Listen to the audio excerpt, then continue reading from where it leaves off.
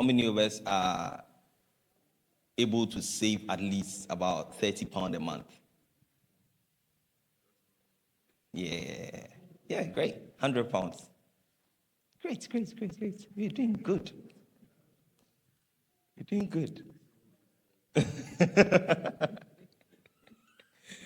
Yeah. So we'll take it. What I'll try to do is take it from what we need to do, or what we need to build, or what we need to ensure to help us build wealth. Amen. Because I take this one and say the first, when you get money, for example, if money comes to your hands, whether your salary or anything, what's the first thing you think about when you get money? Anybody? You personal saving. That's great. Anybody? Any other person? Yes. How to double it? Amazing. So nobody thinks about spending. Really? Then you're all investing already. Let's go. Yeah, you think about spending. I mean, spending is good, yeah? It depends on what you're spending it on. If I have 2 clothes and I already know that I don't need an extra cloth and I'm going to buy an extra cloth, then that is where you're doing an unnecessary expenditure. But if I know I can maintain the 2 for now, and therefore I'll save that one that I would have invested in for the next cloth, then instead of saving that money and spending it, that becomes an unnecessary expenditure, right? So we need to know where we are balancing our lifestyle. But it's great that we all think about investment. We all think about doubling the income we get. We all think about a few of us think about spending, but spending is great, right? So the first thing we'll talk about, we all know, we call him the father of investments, Warren Buffett. And I took this key thing from him to help us build a start to how to invest, right? He says the key to building wealth is to have strong character, discipline, and delayed gratification. Without these, money will always slip through your fingers. And to become exceptional at a game, you need to understand the money game, or you need to understand the wealth game. The first thing to me in building wealth, thankfully, because of my experience, and I listened to quite a number of different financial advisors and people who talk about investments a lot. A few of them maybe I'll share. But the first thing is I've seen people that a lot of money comes through their hands and it slips through their hands. So you have people that can get they able to get £10,000 a month, or they even paid £30,000 a month, but at the end of the month they have nothing to show for it. So that is when you talk about living paycheck to paycheck. Living paycheck to paycheck is not about the amount that you are receiving as your salary, but it's about what you do with the amount you are receiving. That is what makes you live paycheck to paycheck. So if I'm receiving $30,000 a month and I'm spending all the $30,000 a month, and at the end of the month I find myself wanting, unless another salary comes through, then I'm living paycheck to paycheck. If I'm receiving £1,000 a month, and that £1,000 a month, I'm able to manage it very well in a way that by the end of the month, I still have £300. Even when I have taken my savings out of it, I still have £300 left. Then I am not living paycheck to paycheck, right? So we'll take this. So for me, the first thing I want you to know is that wealth is a byproduct of your character. We'll talk about if we do not get the character building right, and you do not get how to make sure that you are living in that character that you build, then money will always slip through your hands. If you focus without having that mindset that this is what I want to do and this is how I am going to do it, and stay the course and walk in it, I'm sorry, you will not win the money game. Money will win you. But if you want to win the money game, then we need to build a strong character and understand that wealth is a byproduct of your character. Do you get what I'm trying to say? So in terms of the character, today I'll talk about 3 things. That's my personal one, right? And it's captured in what Warren Buffett said. So the strong character part, we'll talk about the things that it entails in this character part, which is the discipline and delayed gratification there that he mentioned. But I'll add consistency to it. The first thing, so I've told you wealth is what?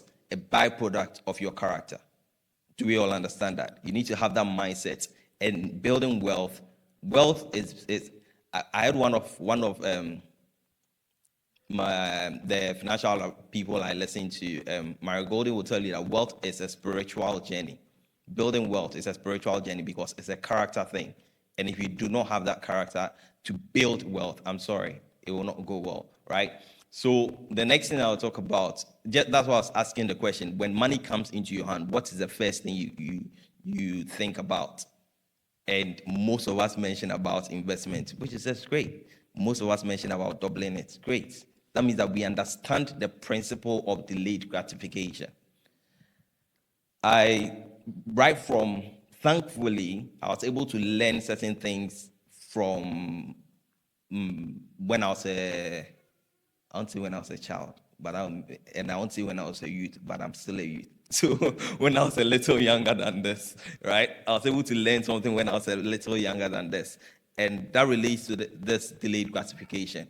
There is this saying that I go by, and I believe I've shared it once before, that I prefer to suffer now and enjoy later than to enjoy now and suffer later, right? You get that? So you need to build that mindset that when I am 30, 40, 50, I want to enjoy in that age. Therefore, now where I find myself, or when I'm 40, 45 upwards, I want to enjoy at that point. So now that I find myself with health, good health, with strength, I can choose to suffer, work, and build the wealth that I need to build. And then when at that point, I can enjoy it, right? But if you choose to enjoy it now, and the reason why most of us, from my experience, and because working with different people in terms of helping build investments, is that most of us want to look rich when we are not rich. And having that attitude will prevent you from building wealth, right? So one thing I heard, he says, you want to buy an iPhone, but you do not own stocks in Apple. But you want to own an iPhone, you don't own stocks in Apple. You want to buy a BMW, but you don't own any stocks in that. You don't have any investment in that. If I have investment in that, when I'm giving the money out, I know some is coming back to me, right? So delayed gratification is one thing we need to really, really build. And you need to really, really hone or develop if you really, really want to build wealth. Learn that and you will build wealth. Because just as I was saying, if I don't need a cloth and I'm saving that £100 that I was going to use to buy the cloth, I'm saving it today. And I know I'll still buy the cloth next year. And I invest that in something like a simple mutual fund, which can give me 10%. And I know I'm going to buy it next year. By the time next year comes, I have earned something on that money. And even if when I'm taking that £100 out, there is still something left for me to spend that future than me going to use it to going to give it out just like that without keeping it, right? So that's delayed gratification. Discipline. You can do your delayed gratification. We will talk about budgeting and everything. Have your budgets and everything, but if you do not keep to it, you don't put certain principles to it, and you keep discipline in building your wealth, I'm sorry. How many of us or how many of us have traded before? Like stock trading, forex trading, cryptocurrency trading. Yeah, how many of us have, aside my big man, my other here? Yes, doctor. Great. Nobody else? Oh, yeah, some people are out there. I know Richie has. Yeah. So those of us who will really put your mind back to it. And I've traded a couple of times and I've let it because to trade comes with discipline and emotional intelligence. So yeah, and it's the same thing as wealth, right? So sometimes you will listen And that's how come people get scammed. If you do not have discipline to follow your routine of your plan of building wealth, and you decide to follow any trending investment that comes, that is when people get scammed. So you can talk about, if we go back to where we come, where most of us come from or identify with, which is Ghana. People are scammed most of the time. Men's Gold, you can talk about Men's Gold. You can talk about the different savings and loans companies that come about. You can talk about the different Ponzi schemes that come about. And because we do not have the discipline, or we do not understand the principles of that investing really, we'll talk about that very shortly, but investing really comes with risks and reward.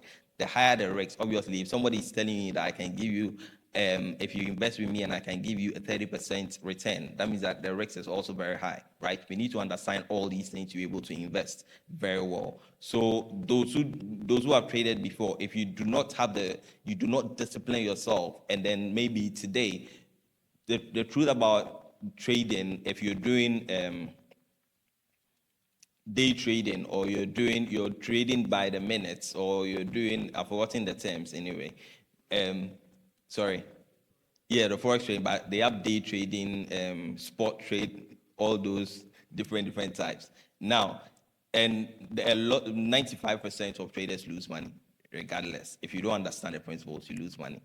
So that one, I mean, you need to really understand if you want to go into it, right? And you have a lot of trainings coming about. People are selling courses on trading. I asked why are they selling courses on trading? Because they are not making the money, so they need to make the money from you. And if you buy the course, obviously you're giving them the money that they should have made from the trading. That's my understanding of it anyway. So yeah, discipline and emotional intelligence. If you really want to build wealth, have a plan, stay to it, and know that this is what I'm doing to build our wealth. And the last thing is consistency. You can build wealth if you didn't stay consistent. If I choose to put £1,000 in an investment portfolio today, and hoping that in 10 years that £1,000 will turn into £100,000, I'm sorry, it's not possible. Regardless of the percentage that you're given, it's not possible. If you decide to do 100 quid a month and invest that 100 quid a month consistently over time, because of the principle of compounding interest, that will build you wealth in the long run, right? I can share a story about it. I listened to Dave Ramsey. I don't know if anybody know the Dave Ramsey show. Dave Ramsey show. Because the reason why I listen to it is that I like to listen to it and see the stories of people, and that's where America. You realize that people are living certain lives, but they are in huge debt. And sometimes they want to even file for bankruptcy.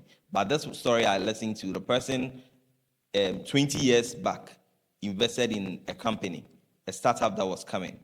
Or she was working with a startup, so that was like, if you're working with a company and the company gives you shares, they have a name for it. But sometimes when you're working with startups, because you start with startups, so for example, when Monzo was coming, those who started with Monzo, the company gives them stock options, or sweat equity, exactly. They give them equity because they are starting with them and believe in the brand, and therefore sometimes they do not get paid as much as they should be paid, but the stocks is replacing that. And what the lady did was, I mean, at that time it was, even she left the company, all right, but when she was leaving the company, the stocks was selling below $3, right? 20 years down the line, when she had even forgotten about it because the company was not doing well, it was her husband that reminded her that, oh, have you checked? Now the company is doing well, have you checked? Then lo and behold, she bought a substantial amount of the stocks. And we'll talk about stocks as it was, but stock is risky. So it could have gone to zero. But lucky for her, the company did well. And when she went to check 20 years after, a stock was selling over £300 per stock. So she checked their account, and something that was about 14 or something at that time had turned into 18 million. So she has mistakenly, or fortunately for her, fallen into wealth, right? But I mean, that happens on the rare situations. So wealth is a byproduct of your character. And I'm saying that if you build these three character routines in your life, you understand the principle of delayed gratification. You are disciplined. You have a plan towards building your wealth, and you stay consistent with it, you will build wealth over time. Hallelujah. It was going to come anyway. Yeah, so I hope we understand this. And if you don't understand anything today, please get these ones. Get these ones. The calculations and things that you can do, those ones, so long as you get this and you understand delayed gratification, you know that I should be consistent with whatever I'm saving. And being consistent with it, I should be disciplined, not follow any all investment trends that come. You will build wealth. You will build wealth. Trust me. Okay, so now let's come to I believe we all do this anyway, right? But it's how we do it that sometimes causes problems. So when you want to invest, you need to have clear goals. Most of us might want to, if you want to buy a house, you will know what to do to buy a house. And thankfully, we're in the UK, so there are principles that we follow. And if you want to buy a house, you know that you need to save for your deposits. You need to save for the other costs that you will incur in buying a house, like the mortgage fees, the broker fee, the legal fees, the insurance, and all the moving costs and all those things. So you know that I want to buy a house. These are the things. This is a cost. You already have something in mind that you need to save towards, right? So that's it. So to be able to build a wealth or build whatever you want to build over time, you need to have a clear goal. For example, let's take if you want to get in shape, right? I remember last year or last 2 years, I decided to get in shape. I was weighing about between 88 and 90 thereabouts. Then it wasn't showing on the body, but when I saw on the scale, it looks different. That's like, wow.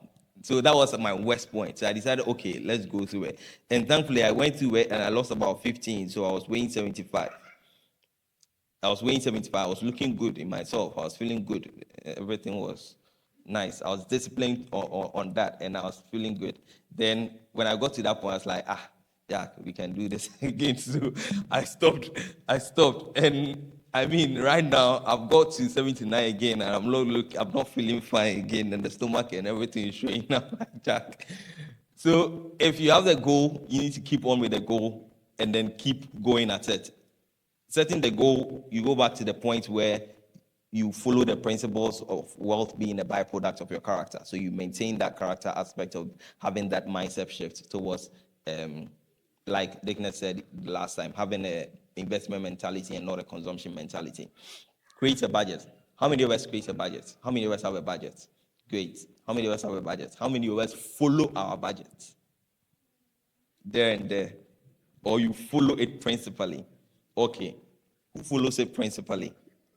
None of us. Why do we think we don't follow our budget principally? Okay, revision is allowed. Revision is allowed because sometimes you get extra here and there. Sometimes the money that's coming in is not up to how you have budget, so you need to revise. So revision is allowed. But why do you think you don't follow your budget principally or follow your budget? Who wants to share? Impulse buying, okay. Yes, senior. Buying overestimation. Okay. Any other person? Yeah, Rachel, you raised that. You say you follow your bias.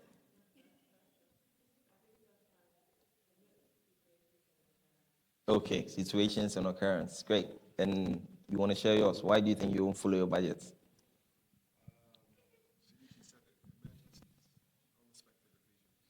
Okay, unexpected occasions. Great.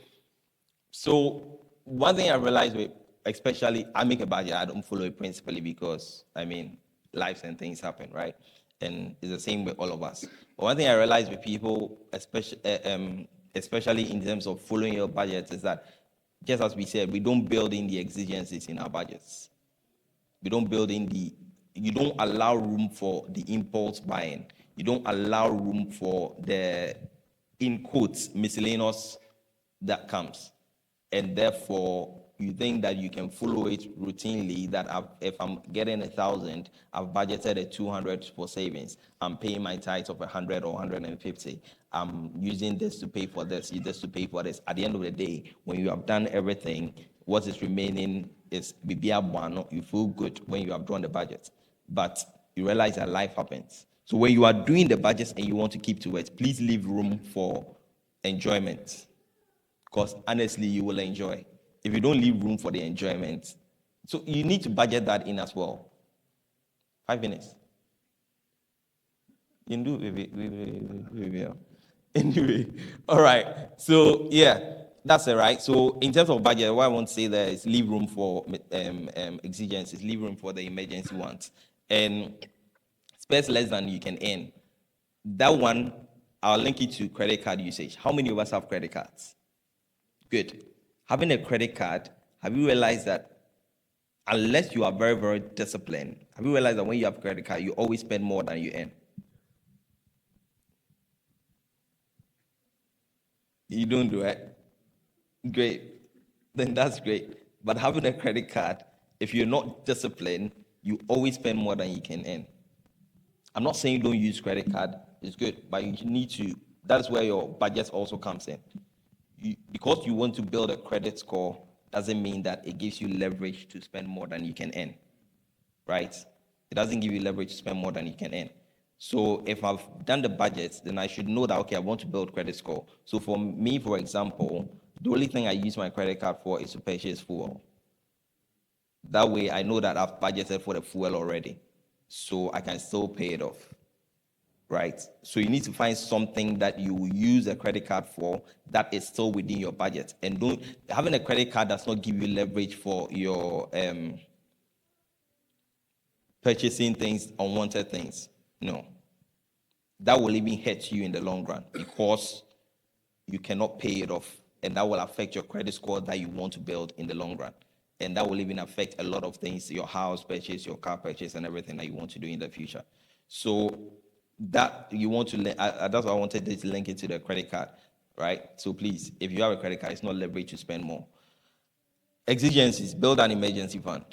Build an emergency fund, build an emergency, something that will, you know, that aside your investment, there is something there that if, God forbid, if a family member falls ill today and they are asking for money, that is not when I'm going around asking for people to borrow money, but there is something you can fall into. God forbid, if you lose your job today, you can fall into that and sustain yourself for the next 3 months or something, right? So build an emergency fund that if something happens, you know that it can help you for the next few months and invest for the long term. Types of investments. Please, some few minutes. It's not my fault, right? We choose not to come early, so the timing is going to happen, right? How many of us know about ISAs? Great, a few of us. Great. Stocks and shares, we all know stocks and shares. Real estate, cryptocurrency, digital money, all the other things we can invest in. So thankfully, we find ourselves in the UK, and that brings a lot of opportunities. If you are back home in Ghana or wherever you find yourself, Ghana, they are now even slashing people's investments, and that is even going into their capital that they invested themselves. But thankfully, you are in the UK, and there are opportunities that you can utilize freely to build wealth. Fine. A lot of us will compare ourselves with, oh, okay, if I was in the US, the salary is quite huge. If I was in Canada, the salary is quite huge. But believe you me, the living expenses is huge there as well. So, as I said before, it's not about how much you earn, but it's about the character that you build to manage what you earn. It's the character you build to manage what you earn. So building wealth is a byproduct of what? It's a byproduct of what? Your character. Thank you. So what I want to do today basically is to spend more time on the ISAs, right? Because we have a lot of young people here who might not know much about it, and that is what you can start with. So I'll try and expatiate a little more on that, so that is what you can start with. If you fear risk, we can talk about the kind of investments you want to go into on the ISAs. The stocks and shares is risky. As I was saying before, it's either you will go zero or you go up. If you go up, sweet. If you go zero and you don't have Charlie. Like those of us who do the investments, sometimes you have placed the trade and you are watching the thing is going down, down, down, and your money is running out. And my God. So I've tried trading for 2 times and all the times I've stopped because I don't have that. I don't have that character to be watching the thing. So I go and sit down, you watch the thing, the money is going down, Jack. Nah, me to me. Me to me. And over time it might climb. But just sitting there and watching the thing going down, you think, okay, let me close in loss and leave. I mean, if you don't have the character for it, don't go into it. It will kill you. It will kill your relationship and everything. Your personal, it will kill everything. So yeah, let's spend more time on the ISAs and see what we can do on the ISAs, right? Real estate, I believe maybe other speakers might expose you to those ones as well. Cryptocurrency is the same as trading, and that's also, it counts with a whole lot of I've forgotten a lot of words, but it's up and down, up and down. And if you don't understand the information of it, please. And if you want to trade in stocks, if you want to trade in cryptocurrency, forex, and all those things, please take time to study before you go into them. Don't just go into them. You will lose money. You will lose money. Don't go into them. Study before you do that, and they are risky. So today, let's spend time on the ISAs. Now, thankfully, as I said, we're in the UK, and we have 4 different types of ISAs. You have the stocks and shares ISA, the cash ISA, the innovative ISA, and the lifetime ISA. We'll not spend much time on the innovative ISA because the innovative ISA is basically like trading in small businesses. And that one can be very, very risky if you don't understand how the businesses operate and their financials and everything. So I don't usually advise for going into innovative ISA unless you understand what you're doing. But the basic thing about the ISA is that it's a tax-free investment that you're doing. So whatever you earn on it, it's not taxed, right? So for us young ones, and you can save up to 20,000 in spread across these ISAs. So for us young ones, I believe not in much of us can save even up to 20,000 in the year. So you can do the ISAs, which will help you a lot. And because it's not taxed, whatever interest that comes on it is given to you.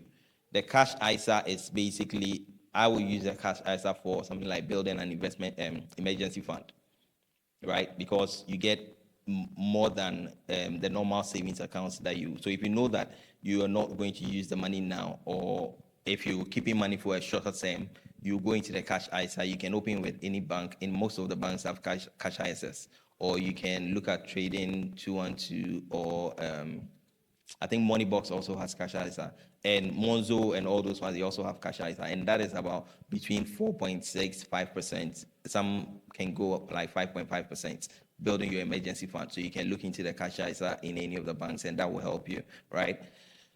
And the stocks and shares ISA, I would advise, if possible, we should all open stocks and shares ISA.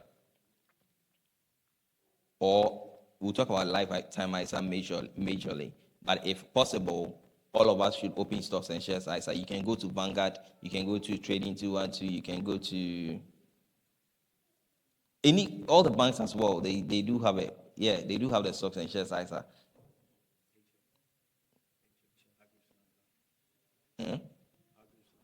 Okay, please. HL, is it? Yeah, you can check HL as well, right? They have the stocks and shares ISA.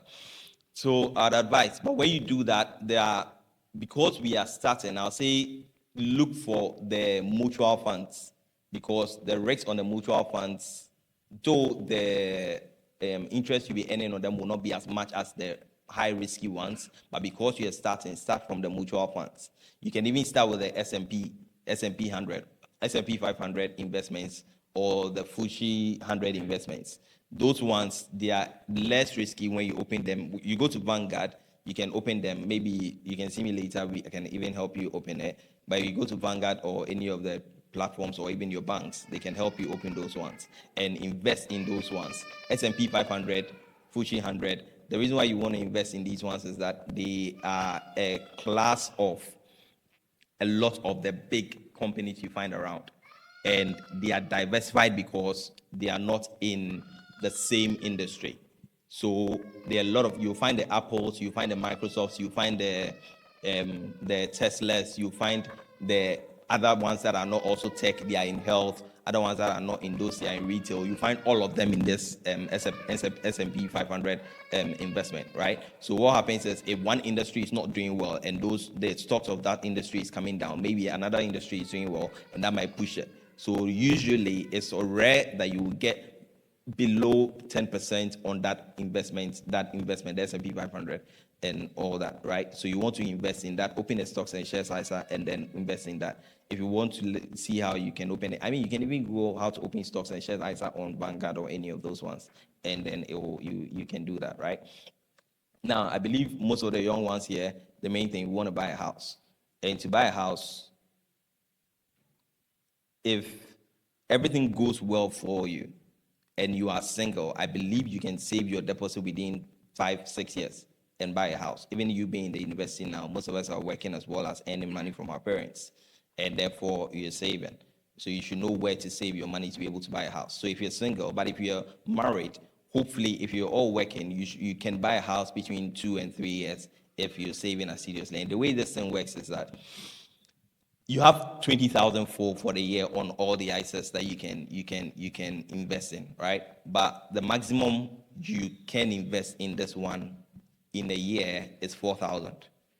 And when you invest that 4,000, the government gives you 25% additional, which is £1,000. So at the end of the year, the financial year, which is from April to April, let's say April to April, if you're able to invest 4,000 in that April to April, the government adds £1,000 to it. So you get 5,000. So if you are saving over 2 years, that means that you're getting an extra 2,000. If you're saving over 5 years, that means you're getting an extra what?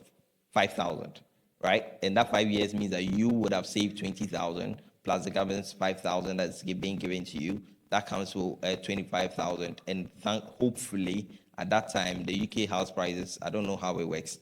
Because sometimes I look at 250,000 house here, and you look at 250,000 house in the US, and like, what kind of house is this? But hopefully the prices do not go outrageous by the time you are ready to buy. But trust me, if you are able to save in your ISA and over that period, 5 years, you're in the uni, you're in first year, if you don't need to save the 4,000 stressing yourself. If you can save 1,000, I'll say open that ISA. Even if you don't have the money to do it, just put a £10 in, because we'll come to the rules of it. That is why I'm saying you should open it and put a £10 in.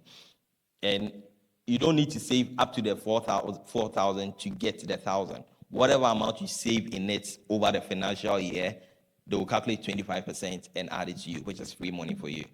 You usually not get the 25% on most investment structures. That's how come you want to put it in the ISA. Then that should be for house, because the ISA has only 2 things you can use it for.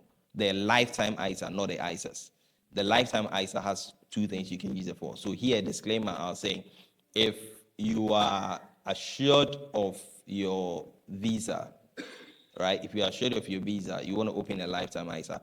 And if you're a student and you're not assured of your visa, please do the stocks and shares ISA, because you can withdraw your money anytime and go, right? But if you're not assured of it, the lifetime ISA can be used for only first-time house buyers, or it goes into pension. So it will only be paid to you at pension, right? So if you're not assured of visa, that means that you don't even know whether you buy a house or not. Please, so you should know if you are certain of buying a house, then you can use the lifetime ISA.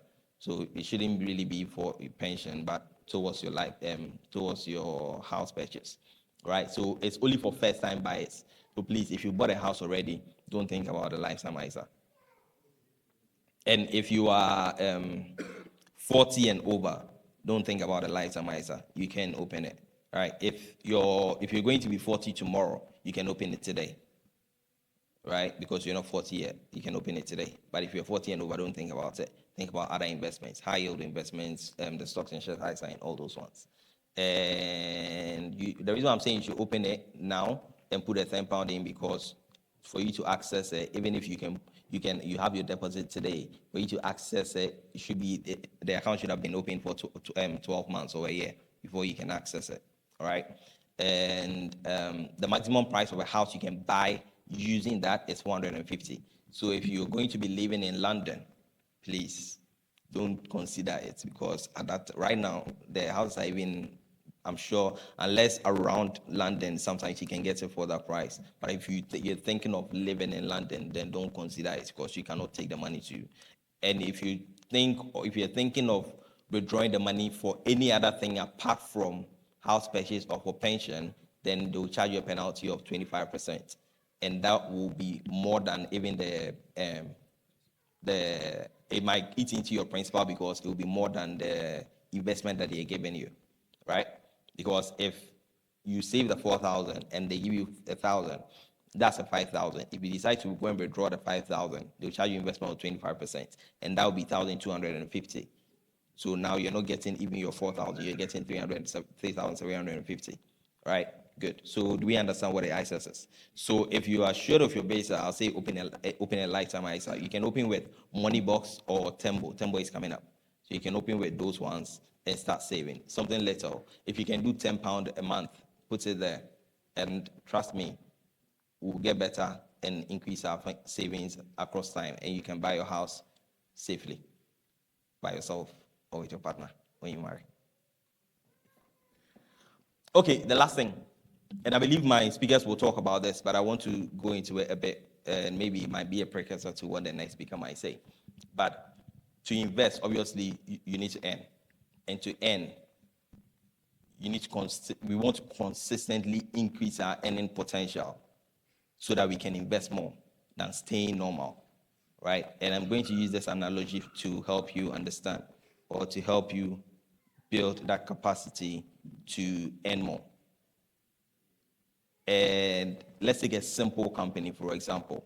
Now, when you go to any company, any of us, I know in the UK, most of us start working from 13, 14. Some of us from 13, you're delivering letters or you're doing, you're working in retail or McDonald's or anywhere, right? And to be honest, you doing the physical work, you do all the work, but you're paid the minimum. Good. When I worked in the bank, when I started my career in the bank, you realize that, Jack, you are sitting on the table 24/7, you are keen, you are analyzing, you're doing what you want to do, you're speaking to people, but Jack, you take the minimum money. So the first thing when you are trying to earn or start a career or anything is that you have the physical skills. You work with your body, you work with your hands, you do all the things, hard work, you do all the hard work. And if you do all those ones, obviously, most of us, excuse me to say, not looking down on anything, but just that to encourage us to move across the ladder, right? So when we look in our society, thankfully within the UK, there is some kind of leveling. So it doesn't matter the kind of job you're doing, you still earn something substantial to be able to build your life, right? But if you look at it, I know people within, for example, taking it, if you're doing a taxi, that's more of a physical job, and you need to work more to earn more, right? You need to work more to earn more. If you're working in the factory, it's a physical job, and for you to earn more, you need to work more. So you realize that most of us working in those industries want to do overtime or do a second job to be able to earn more, right? So that's the first stage of it, and we will all go through that phase. We will all go through that phase. You need to prepare yourself, but when you are in that phase, learn and learn and learn to become better at what you're doing. Now, when you do well in that physical state, in that physical skill stage, move you to the management level. And yeah, that comes with salary increase, that comes with potentials and everything. So you're managing people and everything, and that earns you more, right? But you need to as well push yourself. And one thing that will push you is basically improving on your communication skills. The reason why I'm saying this is when you go into a normal company, for example, you realize that the people that do sales, they earn the most. Amongst, if we are all on the same level, I don't know if, there are bigger men here, and I believe you've been in the company. They even when they're paying bonus or they're paying commissions, they will earn more because they bring in the money. And for you to sell, you need to be able to communicate, negotiate, and apply all those kind of skills, right? And coming back into the world we find ourselves today, you realize that those who People who even do content creation. That's why a lot of people are going to content creation. And it's not everybody that's a content creator is making money. The people that are able to communicate what they want to do for you to understand are making more money, right? So communication, so even moving across the company level, where you start from as being the main one doing the job, then you get to the point where you're managing people, then you get to the point where you can sell the ideas of people, you can sell ideas to people, you can communicate very well. There are people who can communicate very well and are earning more, but believe you me, if you put them down to do the job, they can't do the job. But they are earning more than you because they can talk for you to understand. So you want to get to that level where you are building that communication skill in a way that you can talk and that talking can earn you money, right? Right? So you watch a lot of content creators and some people are making huge amounts of money on a monthly basis because they can just talk. And I'm not saying you just need to be a content creator, but I'm saying build that skill because that skill will make you more money. And that will help you to build your wealth faster. Good? Good. And the last thing you want to do is improve your thinking abilities. So when you go to the company, the CEO and all those on the higher ESCO level, I'm using company because, not everybody is born to do business, but most of us will have jobs, right? So you need to understand the principles of even working in a company, which our next speaker will talk about, and increasing your potential across the company. But what I'm talking about is earning to help you, your earning potential to be able to invest more. Because you don't want to consistently continue saving £100 until when you want to, at least every year, you want to increase your saving amount by 10%. And that will help you build more. So if I'm saving £100 today, I'm looking at what I can do next year to be able to help me to save 110. The next year, help me to save 121. The next year, help me to save 130, whatever, right? So that's what you want to do, okay? And the last thing you can do is there are a lot of people, you take consultants, for example. I work with people and consultants will just come. Because of they have built, and they didn't just start to become consultants, but they have built a capacity going through these stages. There are people who know but cannot talk about it because they don't know how to communicate it. So you need somebody to communicate it for you. And people who use their voice, for example, the singers and everything. I'm coming back to the communication anyway. The singer, somebody will sing for 10 minutes, and that singing will make him money for years, right? So it's not just about content creation, but it's about finding your niche and being able to communicate whatever niche you're in, even if you're in the company, right? So the thinking part of it. So when you go to the company, you realize that the CEO earns the most. It's because he's thinking strategically and implementing his strategic thinking. And that is what is helping the bank grow, not the job you are doing down there. The job you are doing down there is making sure that we are functioning. But to help us grow and keep growing is for somebody to think and implement. And we pay you to think more. We pay people who think more than people who work more, physically work more, right? Right. So you need to develop the thinking ability to help you earn more. Okay. All right. I think I'll pause it here. And any questions? Thank you.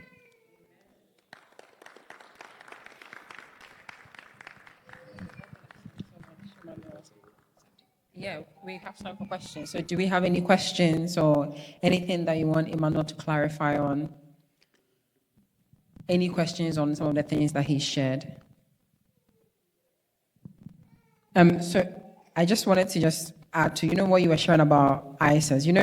When I was at uni some years ago, I had a friend, and every time I think about this, I'm just like, I just wish I had done that as well. So in our first year at uni, she opened a savings account, and when we would get our student finance, after she has paid her rent, she would put the rest of her student finance money in her ISA account. So I remember in first year, we all got part-time jobs, and she was living off the salary she was getting from her part-time job. And when we finished our 3-year degree, the money that she had saved in her ISA account, her parents added onto it, and she bought a house. We had both finished uni. I had student finance debt to pay. She was going to buy a house. And she had just landed a graduate job as well. So it's information that is so key. You can literally, after today, you can literally go to your bank.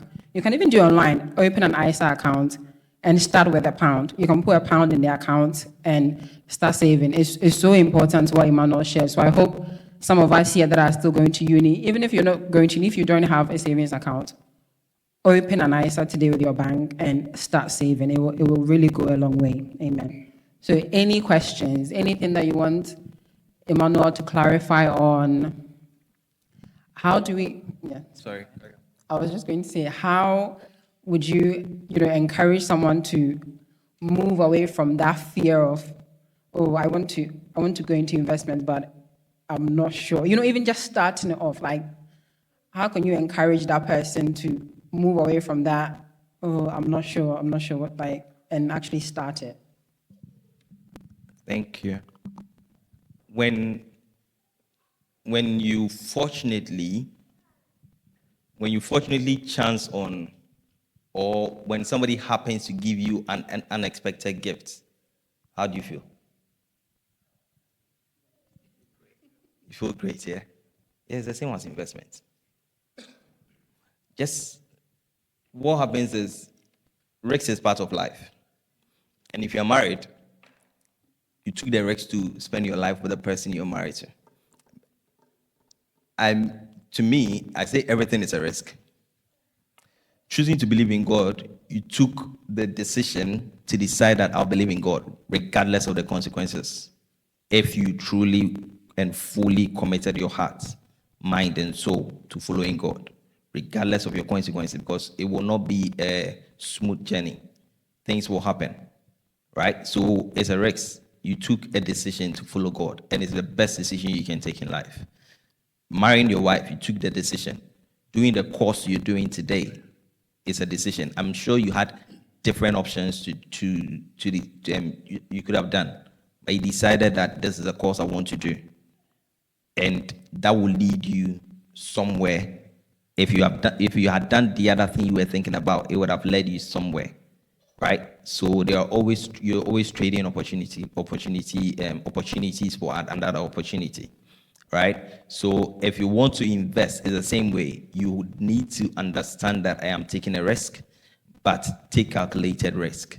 That is why if you've not invested before, you have saved before. When you saved, it gave you 1%. The UK savings rate is less than 1% if you're doing that. So you go into the mutual funds. Which are less risky. So when you go into Vanguard, for example, when you're opening the account, they will ask you your risk level, and they will show you the investments that pertain to your risk level, right? So you want to start with the ones that are less risky, and obviously starting with those ones have lesser interest rates. But you want to that is helping you build your character towards accepting more risk, right? So you start with the ones that you will give you lesser interest rate, but you will see it's growing.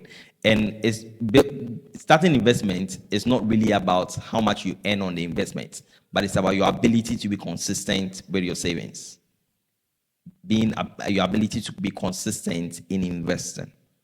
Okay, so start with the ones that have lower risk. There are some that have 90%, 10% risk. Start with those ones. Build the capacity of consistently investing. See the joy of them adding some interest to your money. Sometimes even on your savings account, maybe every quarter or every semi-annual or at the end of the year, they'll add some 3 quid. And you realize, I've got some 3 quid. You're happy about it. If you have enough money, sometimes you can get extra £100 and you're happy about it. Right? It's the same thing. So if you're consistent with it and you want to enjoy that benefit, build a character by just consistently putting that 100 quid in, see how it's progressing, and you build your risk level with time. Okay. Go, yeah.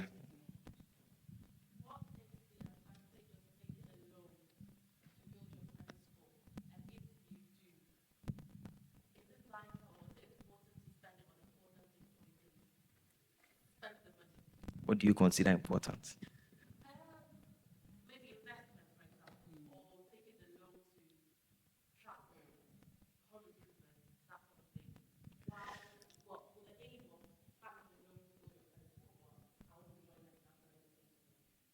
Yeah, I would definitely not advise that. One of the financial people I listen to, and they call it as the six principles to building wealth.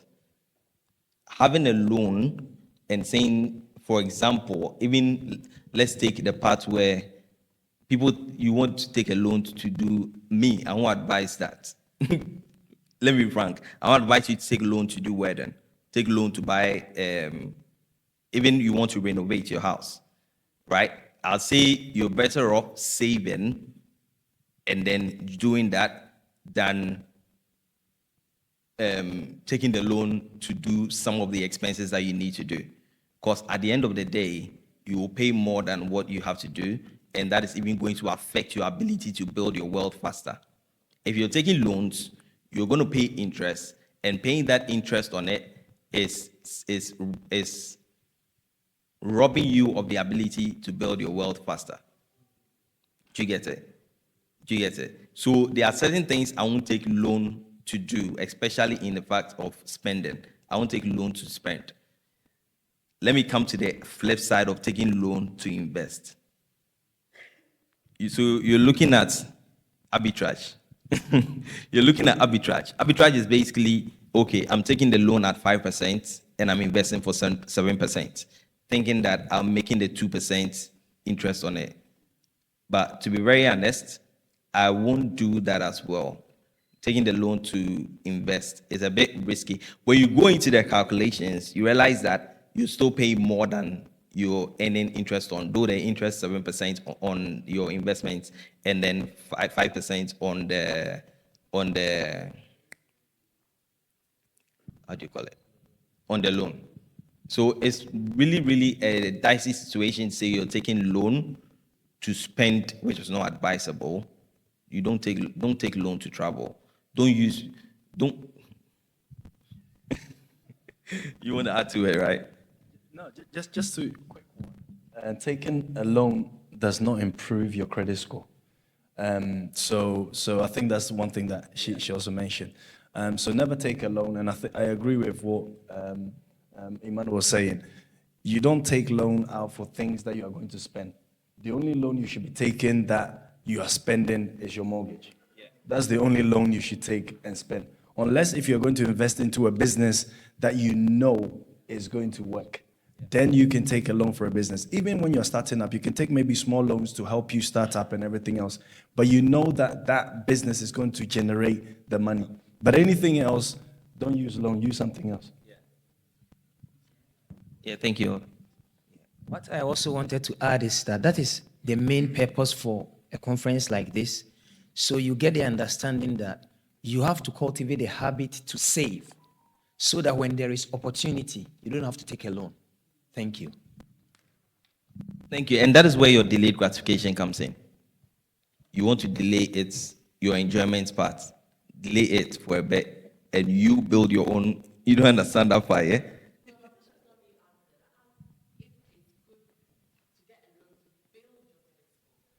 Yeah, that's what he said. Loan does not build your credit score.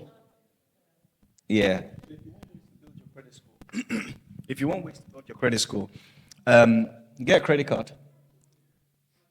If you're going for shopping, things that you know you can pay for, use your credit card and then pay it off straight away. That will tell the companies that you are actually spending and paying it off. That will boost your credit score. If you do that for 6 months consecutively, you will actually increase your credit score. Right? Also make sure that you are registered on electoral voters roll. You are on there that we know you live on this address, you're voting. Right? Those things will be your credit score. If you've got any other loans as well, make sure you're paying that off. You also need to ensure that you are not missing any payments. So if you've got phone contracts, don't miss those payments. If you're a student and you're living with other people in accommodation, please don't put your name, if you can, don't put your name on utilities, because if the other students don't pay the money, it's in your name.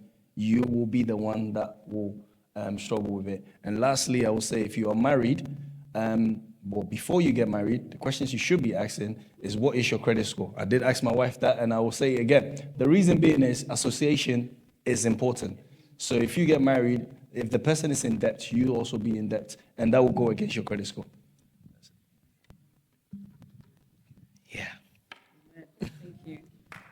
Amen. Amen. Amen. Oh, let's do it better for Emmanuel. Amen. Sorry. Okay, one last question and then.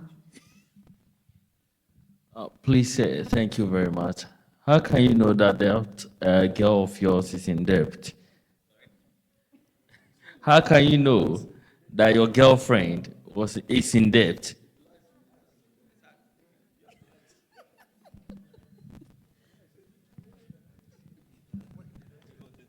Yeah. So aside asking, there are websites that you can check your credit score for free. So for peace of mind, you can check your credit score, print it off, and then you can also ask your partner or your wife to print hers off, and you can both see it, discuss. It doesn't mean leave her, but you can discuss any issues around it. Exactly. When like the Ramsey I was talking about, when you listen to, you realize people put themselves in situations when they were going into marriage because they took on the debts of the other person.